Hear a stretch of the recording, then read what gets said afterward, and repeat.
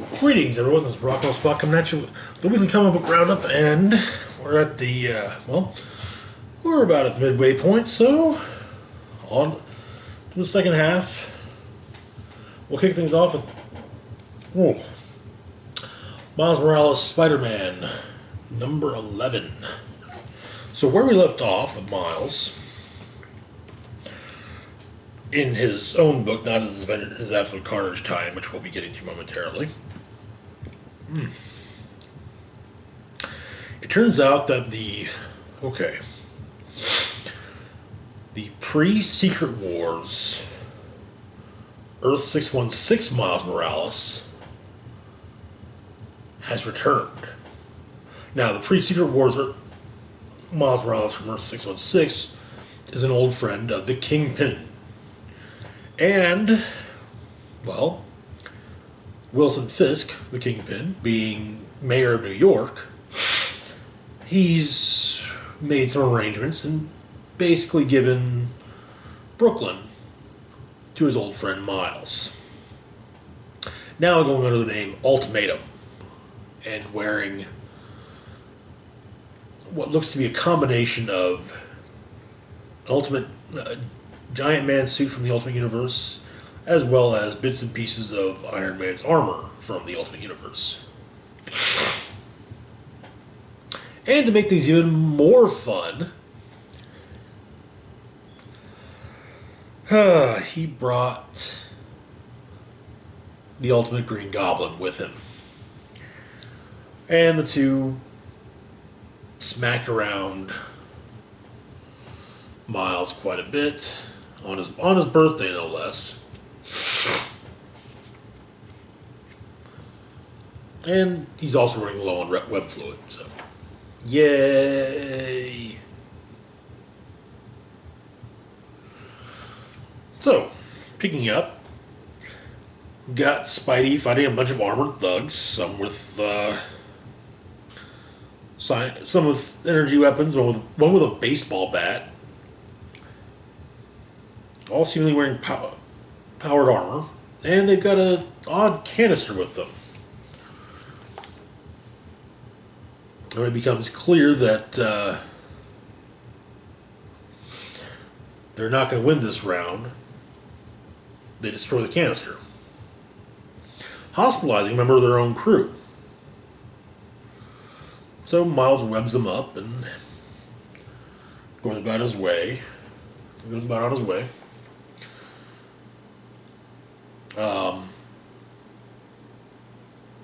Going back to school, he runs into, he leaves the dorm room with his buddies and then runs into his ex-girlfriend Barbara.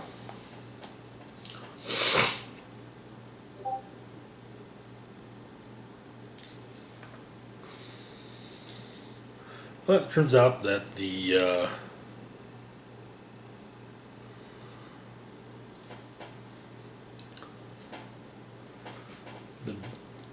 dean at the private school he's at, doesn't think too highly of Miles and is placing Miles on academic probation due to excessive absences and concerns regarding his adherence to Brooklyn Vision's code of conduct. And, but the dean will be watching Miles very closely over the next couple of weeks to see whether attending Brooklyn Visions is a privilege that Miles is actually worthy of. And he's not entirely optimistic. That night, tracks down some more of Ultimatum's gang and finds them trying to basically force them to take their drugs. So he takes them down.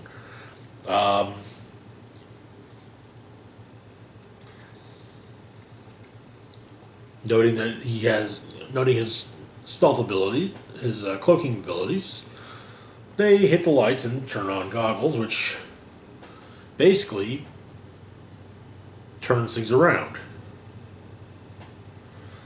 But not by much.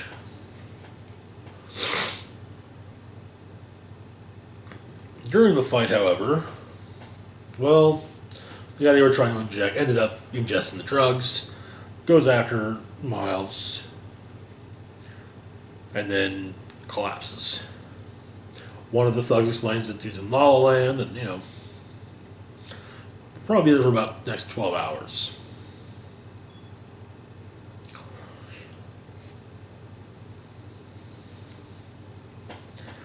And because they don't realize that Miles is half Latino, they ended up giving Miles a lead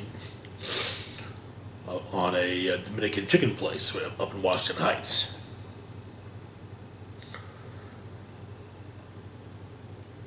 When Miles arrives,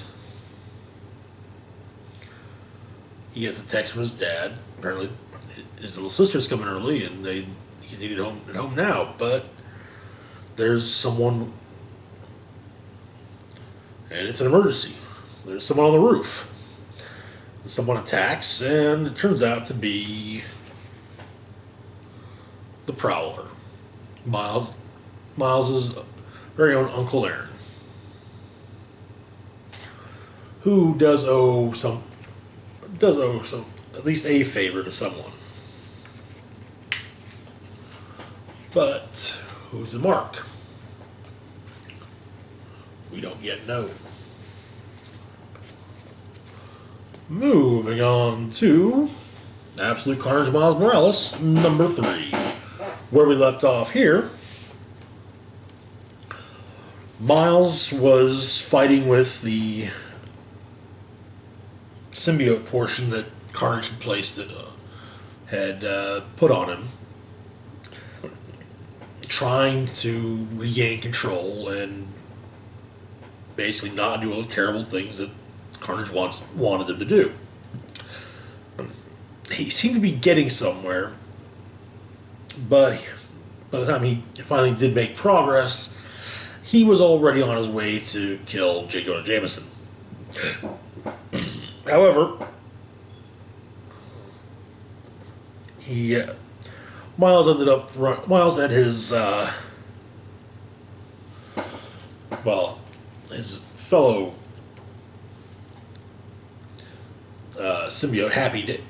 fellow symbiotic thug, Happy Dan, ran into a slight complication on the way to kill Jameson. Silver Sable. And when all was said and done, Happy Dan got injured, and the symbiote was able to take over. And the last issue ended with Miles biting down on Jameson's shoulder. So Miles manages to fight it off, and Jameson catches on. It's like, okay, hey, you're trying to fight. Okay, all right, I get you.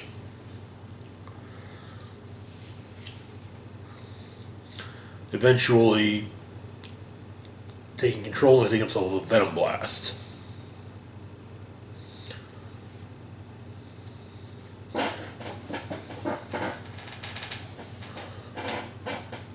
Sable gets Jameson off the roof. Then Miles tries to help Happy Dan, who's still on the throes of his still under control of symbiote. And then the symbiote that was on Miles finds itself a new home. J. Jonah Jameson.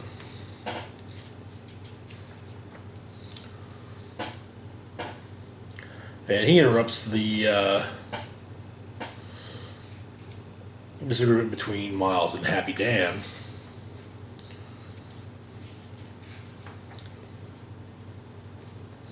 However, eventually, Miles is able to save Happy Dan, or save Jameson as well as others, and realizes exactly what he has to do. He takes the symbiote back, and this time takes control of it, with the plan to go after Carnage. Alrighty, moving on to the Distinguished Competition. Got Batman's Grave at number 1. So, Batman's Grave is a 12-issue miniseries written by Warren Ellis, drawn by Brian Hitch. Ellis being one of my favorite comic book writers, so yeah, it was kind of a given that I was going to buy this. We begin with Alfred tending to the Wayne family graves, going so far as to state that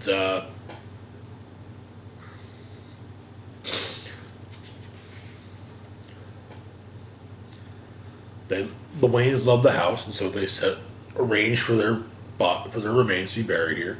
And they even did the same thing for Bruce, getting a stone ready and everything.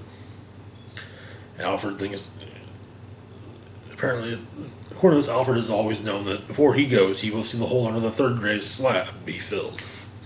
Technically, he already has, but that's not the point. So, I just said, this is just a beautiful shot. I mean, yeah. That is absolutely beautiful.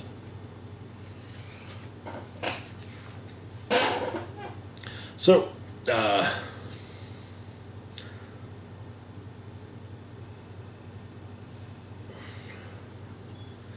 the GCPD and is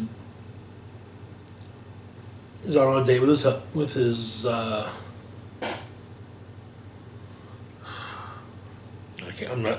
does not entirely say. I'm going to presume husband and their child, and they're after going to see the movie That.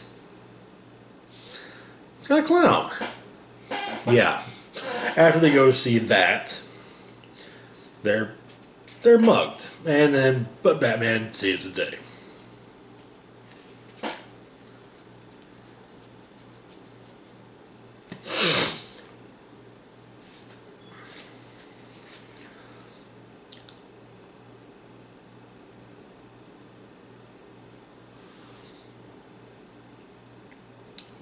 Alfred informs Batman, however, afterwards that there's an individual who's been calling 911 for the last 4 hours. And it's apparently one of those nights when the police are simply putting callers on hold. At this point, Batman's only 10 minutes away. So he shows up and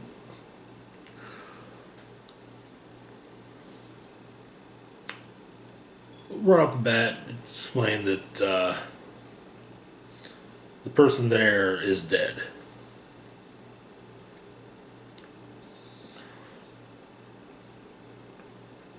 And so Batman runs an emulator scan to get everything. Turns out that everything from the scene, so he can look at it later after it's been gone over by the police.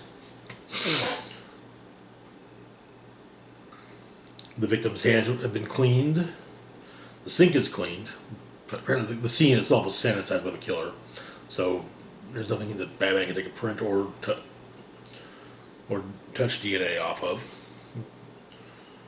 Batman calls Commissioner Gordon's office, says what's up,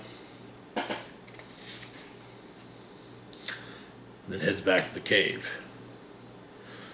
Comes upon Alfred having a glass of scotch, listening to Peter Warlock.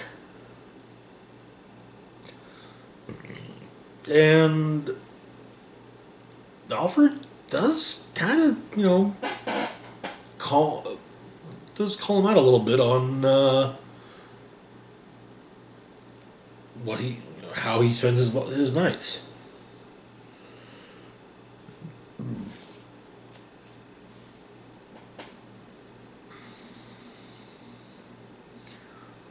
And Batman explains that he can't think like a killer. He can only think like a victim. So he brings up the emulator scans. gets an idea of who it is that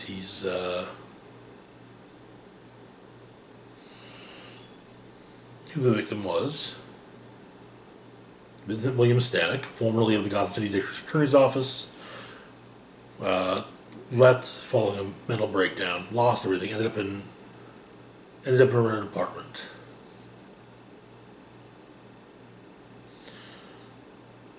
Apparently, he was trying to get himself back on track and go back to work.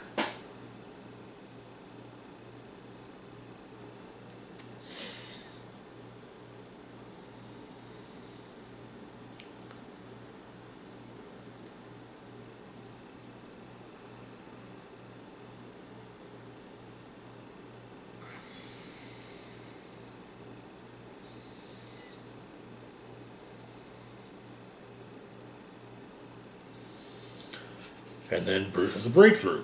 Returns to the scene.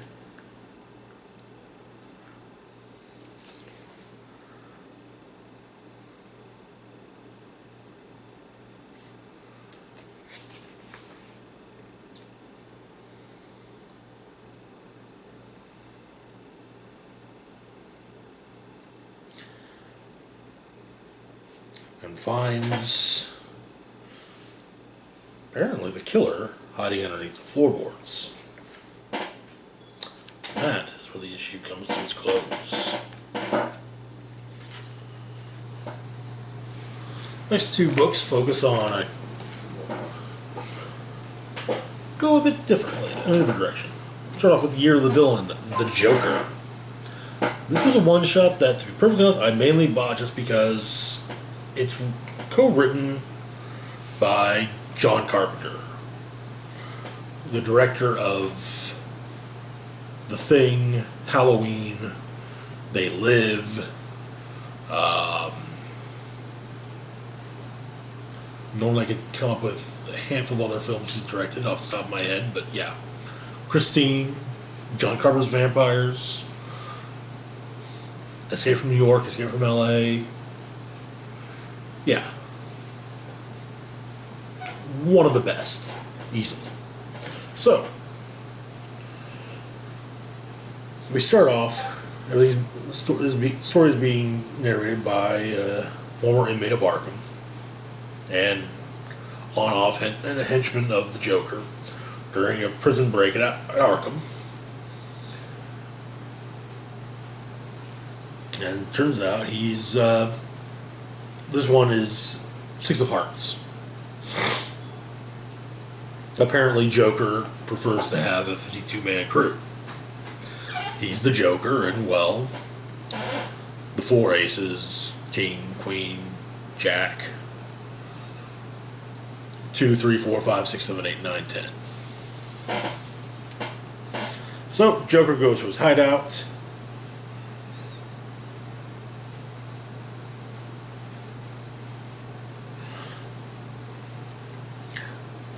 Finds his men just kind of sitting around waiting, and, well, blows them up.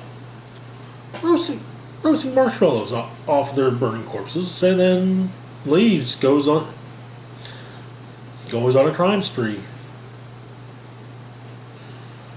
Apparently this is all going on during the City of Bane story, which is currently running in the Bat books.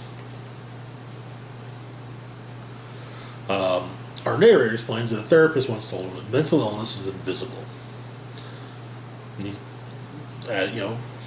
good, I thought, makes it easier to hide. Adding that Joker never needed to. Joker made the invisible visible. He grabbed the world by the throat and said, "Here I am." And the world had no choice but to pay attention. So, after they dump a barrel, after they pour fear toxin into the water supply,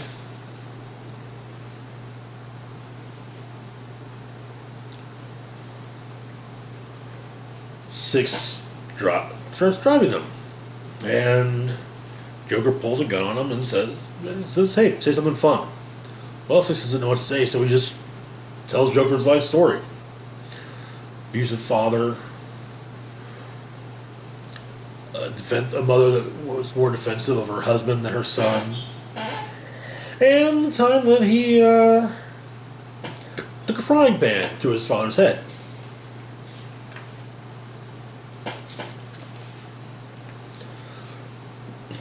So, Six and Joker stop to get gas and other supplies, and Condiment King walks in.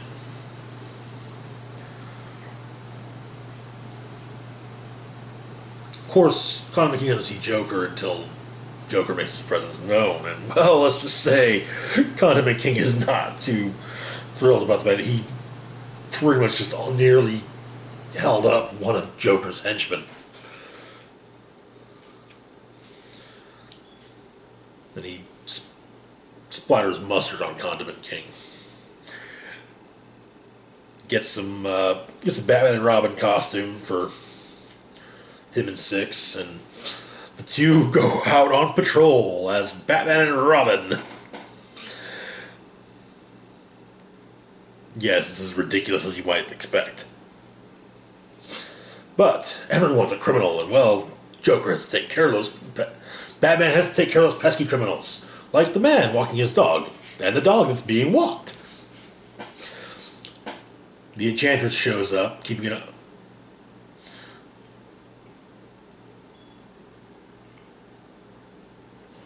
And basically, get out of my way.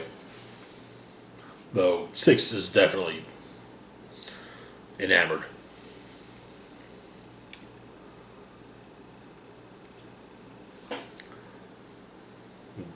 Joker says, "I think we finally found our arch nemesis, but we can't take her down alone." And so Joker gets some followers along, goes after Enchantress, and push of a button, Joker toxin. They go to a diner, and it turns out that the Joker likes peanut butter and jelly.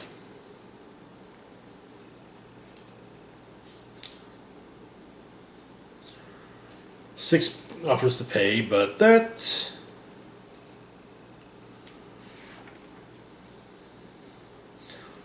kind of pisses off the Joker a little bit. While they run across the rooftops, Six misses a jump and lands in an alleyway, making his way someplace safe. Eventually getting back to where his mother lives, or at least lived. Upon getting to her apartment, he sees over that the lock is broken and the door is open, because Joker beat him there, has her tied to a chair.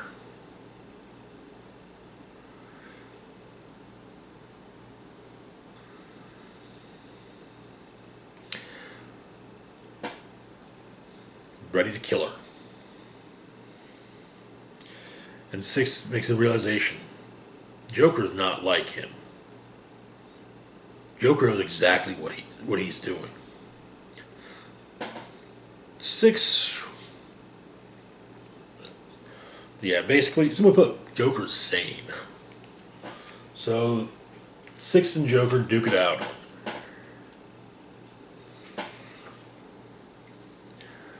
And then, well, the bat mask comes off of Joker and pulls out the old crowbar and just starts wailing on Six. Allowing Joker to fulfill his ultimate sidekick fantasy. But Six's mom agrees to take him to a hospital. As they're leaving, he says, "Some stuff will never heal, but some of it you can't fix." And that is, you're the joke. You're the villain, the Joker.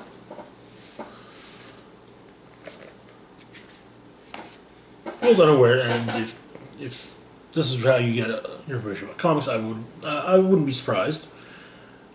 DC is currently celebrating the Year of the Villain currently with various one-shots and story arcs and miniseries throughout. I think it's mostly just one-shots and backup stories in the various throughout the various primary DC titles.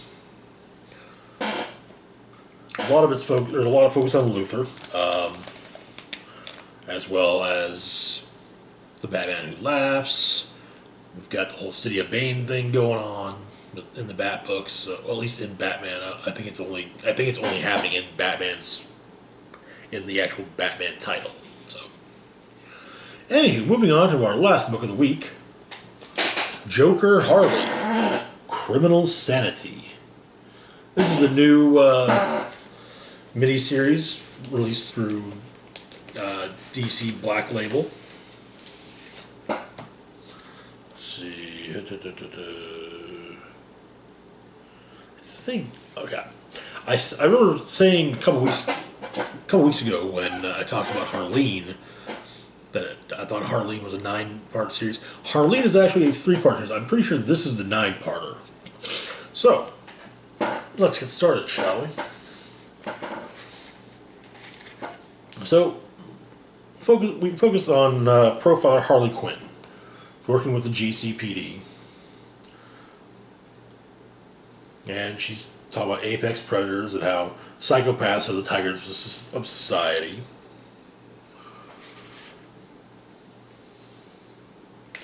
They're not burdened by guilt or remorse. They only have the hunt. So Gordon comes to her, asking if there's a term for a body that's severed at the waist. Apparently, a body has been found severed at the waist. Detective Maddox thinks it's a gang, but, well, Harley disagrees.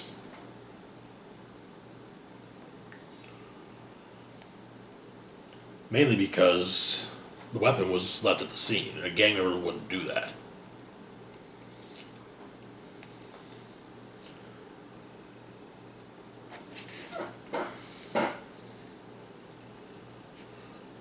And also, a case that's a rather personal one for Harley is being moved to cold cases because there's no leads. Harley explains that cold case is code for no one will ever look at the file again unless the case is featured on a docuseries a decade from now. We flash back to 5 years earlier. Harley returning home from moonlighting in Bloodhaven. She explains she only did 2 psych consults all weekend and she got stuck pumping a guy's stomach. There's obviously Edie bought Chinese, Harley's roommate, but the place smells like bleach. And then Harley finds Edie dead in the bathtub, throat slit, flowers around her, as well as the fortunes from the fortune cookies.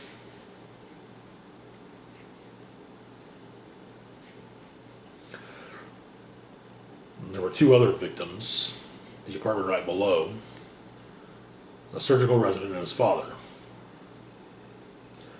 Books on surgical procedure were taken from the surgeon's home.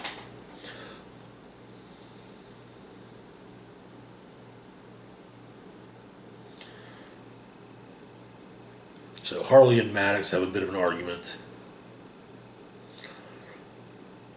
and she also explains to him that this isn't a gang homicide.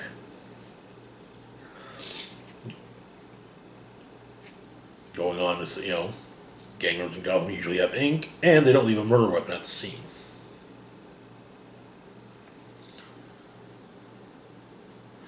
And apparently, this version of Harley graduated from high school at 14, and has also basically solved quite a few of Maddox's cases for him. She's got a punching bag at home, which she utilizes. Anyway, so she starts looking over the other Joker murders. First, going after the lead, waitress at the butcher's block by the name of Gina Baker. The victim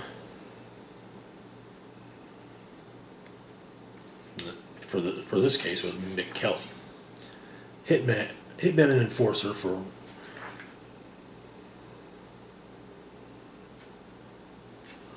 the Sullivan small-time contract killer for the Sullivan crime family. So we kind of learn apparently he was an abusive father, and after his mother died, after his wife died, Mick was very abusive to their son, who survived the car accident that killed his wife.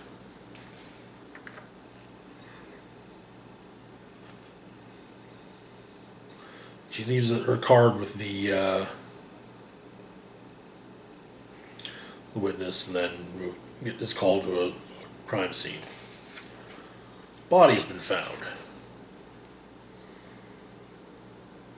Done up like the Vitruvian Man.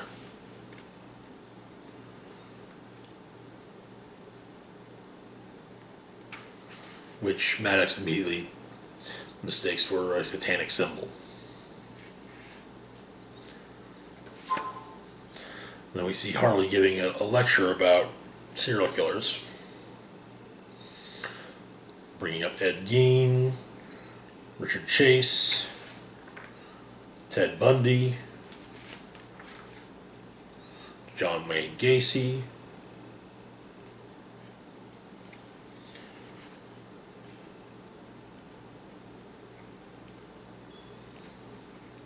one of the students asks Harley afterwards what it was like to find the body of her roommate. He also explains that he's an aficionado, a self-educated expert, which Harley translates in her head as a serial killer groupie.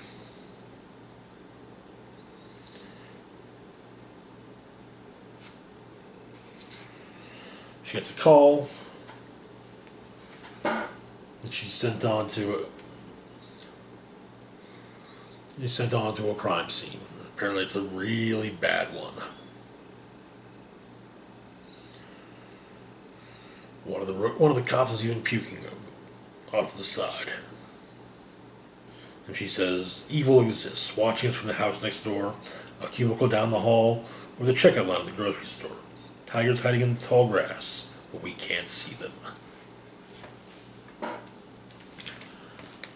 And that's the end of issue 1. I said the only thing I really don't like about these Black Label books is the size. They barely fit in a magazine bag. Anyway, that's for this week. As always, feel free to like, share, and subscribe. Links to my Facebook, Twitter, Patreon, and PayPal can be found in the description box down below. Hit the bell icon to be notified when I put new content. And as always, this is Rockwell Spock signing off, saying, live long and rock hard.